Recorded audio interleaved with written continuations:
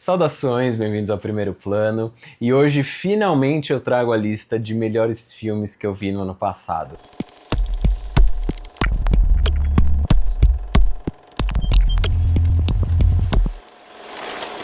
Esse ano eu demorei um pouco mais para fazer essa lista, mas ela aqui está e ela segue as características de todos os vídeos que eu faço de melhores filmes. Eu escolho filmes que estrearam nos cinemas nacionais ou em plataformas de streaming ou on demand naquele ano. Então vocês vão ver aqui filmes, por exemplo, de 2023, que acabaram chegando no Brasil só em 2024. Eu acho essa forma uma forma mais justa porque o ano passado eu mudei um pouco isso, eu coloquei alguns filmes que eu vi em mostras e festivais e tiveram filmes que estavam ali nos primeiros lugares que até hoje nunca chegaram por aqui. Então eu acho uma forma mais justa e acessível e democrática, digamos assim, para fazer a minha lista. E me dá um norte também um pouco mais focado. Como vocês sabem, eu vejo muitos filmes e hoje eu vou mostrar e falar para vocês sobre os meus 30 filmes favoritos do ano passado, mas não se preocupem porque eu não vou falar sobre os 30 filmes. Como eu sempre faço, eu vou fazer uma vinheta do 30º ao 11º lugar e eu vou falar de fato só sobre os meus top 10. Mas como eu disse, é muito difícil fazer essa lista e eu fico com muita dó de deixar tantos filmes bons de fora, então eu acabo fazendo esses top 30 aí, digamos assim. Lembrando que é uma lista particular, é a minha opinião, e esses números sempre podem mudar, então por isso que é tão difícil fazer essa lista. Amanhã eu posso ver e achar que o segundo lugar devia estar no primeiro e assim por diante. E toda vez que um filme tiver em alguma plataforma de streaming ou está em cartaz nos cinemas ainda, por exemplo, eu sempre vou deixar na tela onde vocês conseguem encontrar esses filmes, assim fica mais fácil para todo mundo. Então vamos para a vinhetinha do 30º ao 11º lugar e daqui a pouco eu volto com os top 10.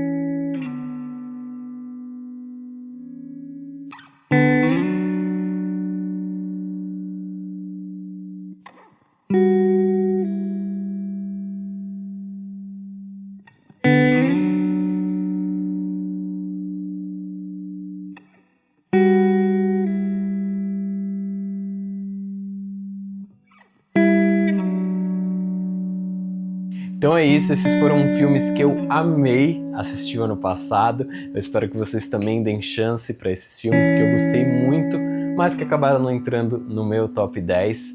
E agora, sem mais delongas, vamos para os 10 filmes que eu mais gostei de assistir o ano passado. Em 10º lugar, eu coloquei O Amor Sangra, dirigido pela Rose Glass. Esse filme ele é muito ousado e a partir de um romance inesperado entre duas mulheres muito diferentes, a gente passeia por diversos gêneros e a diretora faz isso sem nunca perder o tom. Isso eu acho sensacional desse filme. Ele tem uma estética noventista que muito me agrada, e a Kristen Stewart e a Kelly O'Brien, é o primeiro filme da Kelly O'Brien, tá? Elas têm uma química sensacional entre as duas, e elas destroem tudo numa trama cheio de violência, uma trama feminista, uma trama inesperada e que tem alguns toques de fantasia. Sensacional.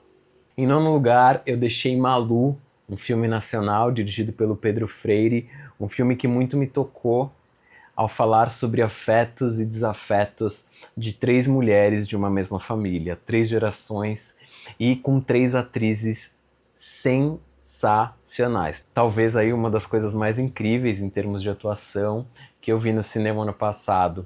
A gente tem Carol Duarte, que faz a filha, Yara de Novaes, que faz a mãe, a Malu, que dá título ao filme, e a Juliana Carneiro da Cunha, que faz a avó, a mãe da Malu. O diretor, no caso aqui, se debruça numa história pessoal dele, da própria mãe, que é a Malu Rocha, que foi uma atriz aqui no Brasil, e ele traz essas memórias da mãe dele e constrói esse filme muito tocante, que toca em diversos espinhos, assim, de choque de gerações, e vai falar sobre amor, sobre morte, sobre memória, sobre arte, de uma forma linda, um filme, como eu disse, muito tocante e que eu fiquei bastante emocionado. Em 8º lugar, eu coloquei Segredos de um Escândalo, que é um filme que passou meio batido por aqui, inclusive na temporada de premiações, é como ele quase nunca tivesse existido, e eu acho o filme sensacional, deixei ele aqui no meu 8º lugar. E nesse filme o Todd Haynes vai quebrar a superficialidade de uma vida suburbana nos Estados Unidos ao contar a história de uma mulher, que ela é uma dona de casa, e que ela tem um passado aí um tanto polêmico e que a atormenta muito, apesar dela querer não mostrar isso. E o Todd Haynes consegue construir um jogo muito interessante entre essa mulher e a atriz que vai interpretar essa mulher num filme que está sendo feito. A mulher é interpretada pela Julianne Moore e a atriz pela Natalie Portman. As duas estão simplesmente espetaculares. E nesse filme o Todd Haynes exagera na forma e cria um melodrama daqueles. É magnético. Em sétimo lugar, A Substância, da Coralie Fargeat, que é um filme de horror corporal que não tem medo de mostrar para o que ele veio. A Coralie, ela é corajosa ao tocar num tema que é tabu, principalmente nos Estados Unidos, na indústria do entretenimento e do cinema, que é a questão da idade das mulheres, atrizes, apresentadoras, enfim. E ela traz a Demi Moore de volta, uma atriz que já estava sumida aí há um bom tempo. A diretora, ela é precisa no ritmo e na construção desse filme, que ele é muito envolvente. Ela não tem medo de colocar a mão na ferida e tem um final espetacular. Eu, quando fui ver no cinema, até passei mal. Isso é uma coisa bem rara de acontecer comigo, então o filme mexeu muito comigo. E aqui ele está em sétimo lugar. Em sexto lugar, Ainda Estou Aqui, do Walter Salles. É óbvio que esse filme ia aparecer aqui na minha lista. É um filme que tem uma estrutura clássica, mas que ele é perfeitamente feito. É um filme que tudo funciona nele. O roteiro funciona, a fotografia, direção de arte, o ritmo, a montagem, o elenco que está sensacional. E ele é preciso na direção e faz da história da Eunice Paiva um lindo retrato de uma mulher que precisa seguir em frente, apesar de tudo. É um filme que eu nem vou falar muito sobre ele, já fiz texto sobre, e é um filme que me tocou muito, principalmente naquele final com a Fernanda Montenegro. Meu Deus do céu, chorei horrores. E tá aqui em sexto lugar na minha lista. Em quinto lugar eu coloquei Zona de Interesse, que é um filme de 2023, mas que chegou nos cinemas aqui no Brasil só no comecinho de 2024, para a temporada de premiações, e foi um filme que também mexeu muito comigo. Talvez uma das experiências mais desconfortáveis que eu tive nas salas de cinemas no ano passado, junto com A Substância, talvez. E aqui o Jonathan Glazer prova mais uma vez que é um excelente diretor. Ele tem total domínio da técnica e da linguagem cinematográfica e consegue criar um filme sobre a trivialidade do cotidiano de uma família alemã que mora do lado de um campo de concentração durante a Segunda Guerra Mundial. É um filme onde pouco acontece, mas esse pouco é muito. É um filme que eu brinco que ele é simples, mas ao mesmo tempo ele é extremamente complexo na sua construção. E o Jonathan Glazer consegue fazer isso muito, muito, muito bem. Como eu disse, talvez a experiência mais desconcertante que eu tive no cinema ano passado e incômoda.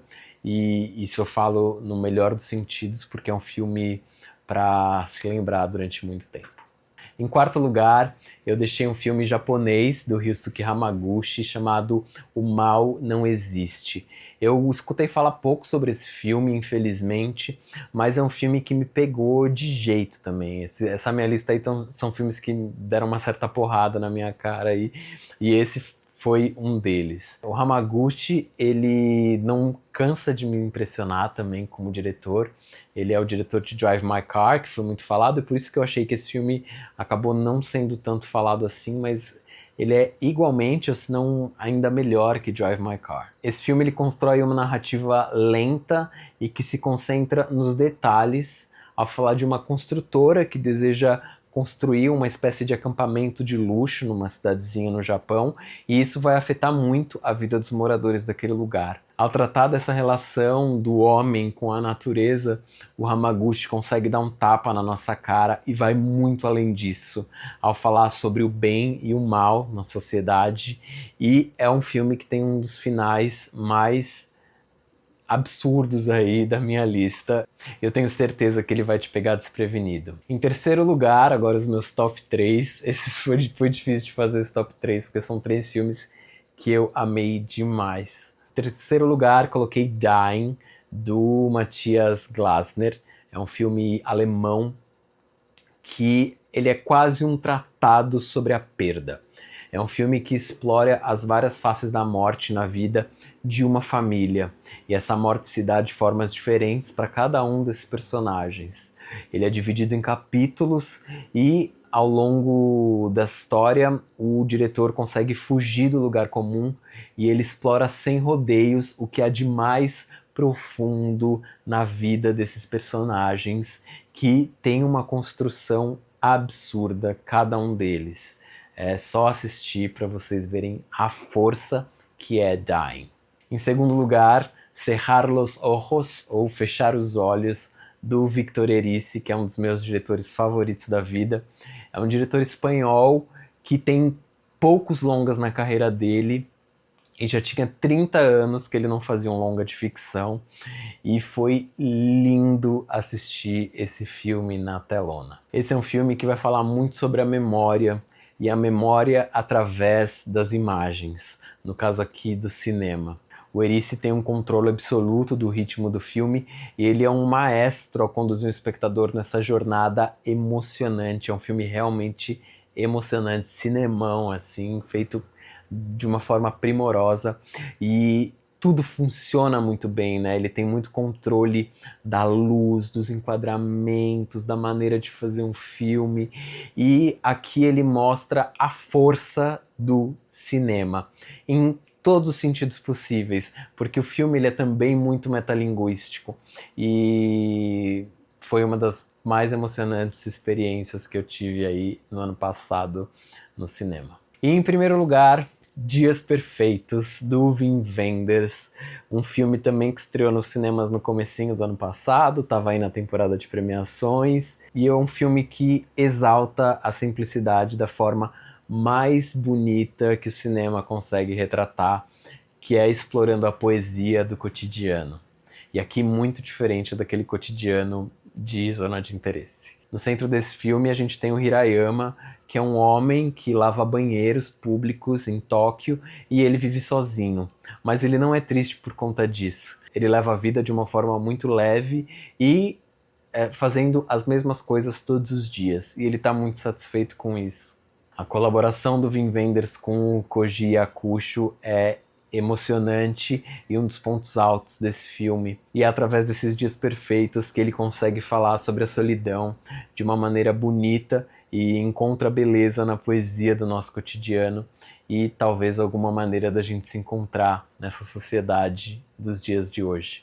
Filme lindo, lindo, lindo, lindo, que também me tirou um monte de lágrimas no cinema. Então é isso, espero muito que vocês tenham gostado do vídeo, dos melhores filmes que eu assisti o ano passado. Se você viu algum desses filmes, me conta aqui o que você achou, e me conta também quais os melhores filmes que você assistiu no ano passado, porque eu vou adorar saber. Me sigam no Instagram, lá eu sou mais ativo, é mais fácil de vocês me encontrarem por lá. Eu também produzo conteúdo por lá, vou deixar o Instagram aqui, e a gente vai se falando. Um beijo e até mais.